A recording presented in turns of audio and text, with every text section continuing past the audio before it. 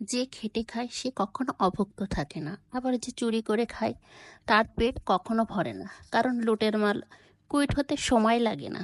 মূর্খ নিজেই তার যতটা ক্ষতি করে, শত্রুরাও তার ততটা ক্ষতি করতে পারে না। হাই এভরিওয়ান, আসসালামু আলাইকুম। কেমন আছেন সবাই? আজ নতুন আরেকটি ব্লগ নিয়ে চলে এসেছি। আজ আমরা ঘুরতে যাচ্ছি বাংলাদেশ সীমান্তে, বাংলাদেশ ভারত বর্ডারে। তাবিয়া তার চাচুর হাত ধরে ঘোরার উদ্দেশ্যে বের হয়ে পড়েছে, সঙ্গে তার চাচি, চাচাতো ভাইয়েরাও সবাই মিলে একসাথেই আমরা সবাই রওনা হয়েছি। সৎ এবং মহৎ লোকেদের সমালোচনা করা খুবই সহজ, কিন্তু তাদের মতো হওয়া বড়ই কঠিন। আজ অনলাইনে ঢুকলেই আবেদ আলী আবেদ আলী, প্রশ্ন ফাঁস আবেদ আলী, এইটাই শুধু চোখে ভাসতেছে। বাংলাদেশে কি আবেদ আলী একজন আছে? আর যারা আছে তাদের ধরেন না রে ভাই। এখান থেকে 8-9 বছর আগের কথা, আমাদের এলাকায় এক কাস্টম ড্রাইভার 16-17 বছরের এক মেয়েকে বিয়ে করছিল। সেই গল্পই আমি আপনাদের সাথে শেয়ার করব। মেয়েটির নাম তুলতুল, বয়স 16-17 হবে, এসএসসি পাস করেছে সবেমাত্র। মোবাইল ফোনে ওর একটা ছেলের সাথে রিলেশন হয়। পরে জানা গেছে যে ছেলেটা গুন্ডা টাইপের। তো মেয়েকে আর অন্য কোথাও বিয়ে দিতে পারে না, তাদেরকে হুমকি ধামকি দেয় যে আমার সাথেই তোমাদের মেয়েকে বিয়ে দিতে হবে।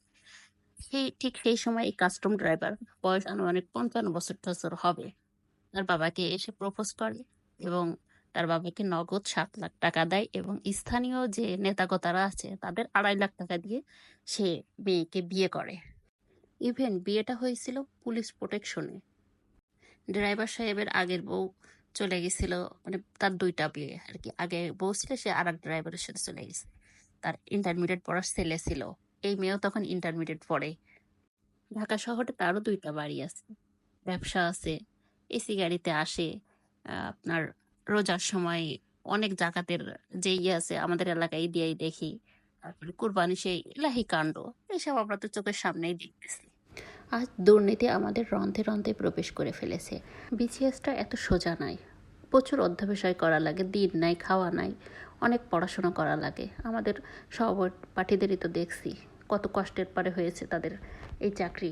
তবে জানতাম প্রথম শ্রেণীর চাকরিগুলোতে কোনো ঘুষ নেওয়া হয় না, এগুলো মেধার ভিত্তিতে এই চাকরি পেতে হয়। তবে দ্বিতীয় তৃতীয় শ্রেণীর চাকরিগুলো আপনার রিটেনে টিকার পর থেকে দুর্নীতি শুরু হয়ে যায়, ভাইবা বোর্ডের টাকা ছাড়া টিকাই না। কি আর বলবো ভাই, আজ দুর্নীতি ছাড়া কোথাও পা দেওয়া যায় না। শিক্ষা খাতের দুর্নীতি, স্বাস্থ্য খাতের দুর্নীতি, আপনি গাড়ি লাইসেন্স করতে যান সেখানে দুর্নীতি, আপনি যেইখানেই যান সেইখানেই দুর্নীতি। আজ এই একটা বিষয় নিয়ে মাতামাতি করলে কি চলবে? যেখানে যেখানে আছে সেখানেই আপনাদের সেই ভূতগুলোকে টেনে বের করতে, মানে সরিষার ভিতরে যেখানে যেখানে ভূত আছে সবগুলোকে একসাথে ধরা লাগবে। এই তো আমাদের ঘোরাঘুরি শেষ, আমরা এখন বাসার উদ্দেশ্যে রওনা দিচ্ছি।